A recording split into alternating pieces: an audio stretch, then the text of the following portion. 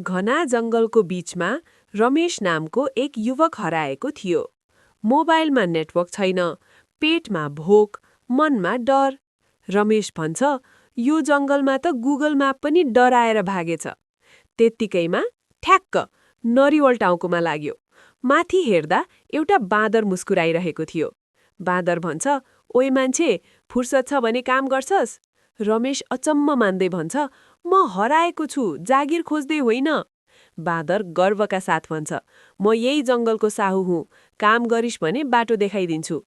अब रमेश केरा गन्दैछ र बाँदर चाहिँ सेल्फी खिच्दैछ। अचानक झाडी हल्लियो। रमेश डराएर चिच्यायो, सिंह हो? बाँदर शान्त हुँदै भन्छ, होइन, मेरी श्रीमती हो। केही बेरपछि बाँदरले रमेशलाई जङ्गल बाहिरको बाटो देखायो। जाँदै गर्दा रमेश भन्छ, जङ्गलमा पनि साहु तिमी जस्तै रहेछौ। बाँदर हाँस्दै भन्छ, मान्छे जहाँ गए पनि बानी उही हुन्छ।